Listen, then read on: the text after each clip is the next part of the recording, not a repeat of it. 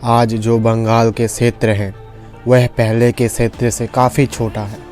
उस समय बंगाल के उड़ीसा, बिहार, वर्तमान के बांग्लादेश, इन सब को मिलाकर एक विशाल क्षेत्र था। उस बंगाल के क्षेत्र में बहुत सारे उद्योग होते थे। वस्त्रों का उत्पादन होता था, कपास का उत्पादन भी किया जाता था। ढाका का मलमल का कपड़ा पूरे विश्व में प्रसिद्ध था। और इसी भूमि में ब्रिटिश और यहाँ के नवाब सिराज उद दौला के बीच एक निर्णायक युद्ध हुआ, जिससे ब्रिटिश को भारत में शासन करने का खुला छूट मिल गया। दोस्तों, आप सभी को यूपीएससी विद हितेश 2.0 में स्वागत है। मैं हूँ हितेश, और आपको अगर यह वीडियो अच्छा लगे तो लाइक और सब्सक्राइब ज़रूर करना, क्योंकि मैं आप लोगों के लिए हर रोज़ ऐसे नई नई कंटेंट लाते रहता हूँ।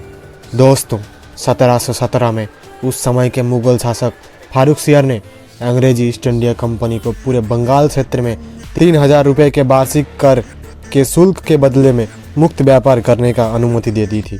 उस समय बंगाल के सूबेदार मुर्शिद कुली खां थे, और वे मुग़लों के समय समय पर अपने तरफ से नजराना भी पेश करते रहते थे।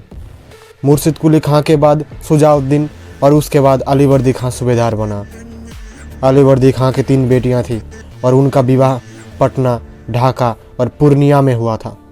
अलीवर्दी खां का कोई बेटी नहीं था, इसलिए उन्होंने अपने पटना वाले बेटी के पुत्र सिराज उद दौला को 1756 में बंगाल की सत्ता सौंप दी।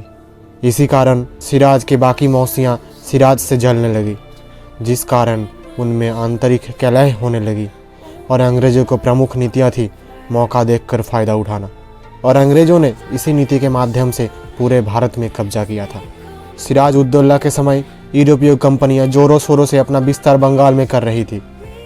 इन कंपनियों में मुख्यतः अंग्रेजी और फ्रांसीसी कंपनियां थीं, लेकिन सिराज उद दौला ने इन कंपनियों के विस्तार को रोकने के लिए आदेश पारित किए।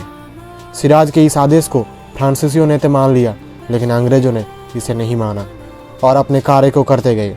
जिस किलेबंदी का कार्य ब्रिटिश कंपनी कर रही थी उसका नाम था फोर्ट विलियम, जो कलकत्ता में स्थित है।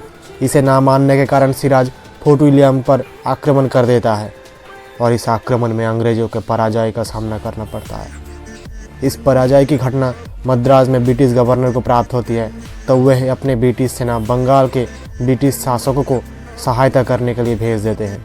दोस्तों, बताया जाता है कि इसी युद्ध में सिराज ने 146 अंग्रेजी सैनिकों को एक 14 बाई 18 कमरे के बंद कर दिया था। इस कमरे को जब सिराज ने अगली सुबह खोला तो केवल 23 अंग्रेजी ही बच गए थे। यह घटना 20 जून 1556 में घटित हुई थी, जिसे ब्लैक होल के नाम से जाना जाता है। कई इतिहासकार इस घटना को नकली कहानी मानते हैं। इसके बाद दोनों के पक्ष में अलीगढ़ की संधि हुई। इस संधि में यह तय हुआ कि 2 पक्ष एक दूसरे के आंतरिक मामले में कोई दखल अंदाजी नहीं करेंगे। इस बीच सिराज के खिलाफ कई षड्यंत्र किए गए। अंत में 23 जून 1757 में पलासी नामक स्थान में, जो नदिया के पास स्थित है, पलासी का युद्ध हुआ ब्रिटिश और सिराज उद दौला के बीच। जिन्होंने सिराज को धोखा देकर अंग्रेज़ों का साथ दिया वह थे सिराज के सेनापति मीर जाफ़र, सिराज की मौसी घसोटी बेगम, दीवान राय दुर्लभ, बैंकर जगत सेठ और व्यापारी अमीन चंद। इतने सारे लोगों के धोखे देने के क्रम में 2 सेनापति ऐसे भी थे जिन्होंने सिराज को इस पलासी के युद्ध में सहयोग किया, मीर मदन और मोहनलाल। इस युद्ध में अंग्रेज़ों की जीत के बाद सिराज को जान से मार दिया गया और मीर जाफ़र को बंगाल का नवाब बनाया गया। इस युद्ध में ब्रिटिश गवर्नर रॉबर्ट क्लाइव ने अंग्रेजी कंपनियों को सेना का नेतृत्व किया था। इस प्रकार बंगाल की सत्ता और आंतरिक कलह अंग्रेज़ों के लिए एक बहुत बड़ा अवसर साबित हो जाता है। दोस्तों, अंग्रेज़ों ने यूं नहीं भारत पर 200 सालों तक शासन किया। इसका सबसे बड़ा कारण था हमारा आंतरिक अशांति, भाइयों और भाइयों में सत्ता के लिए लड़ाइयाँ, संपत्ति के लिए लड़ाइयाँ। और इसी मौके का फ़ायदा उठाकर अंग्रेज़ों ने भारत पर 200 सालों तक लगातार शासन किया, और भारत, जिसे सोने का चिड़िया कहा जाता था, बिल्कुल समाप्ति के कगार पर लाके छोड़ दिया।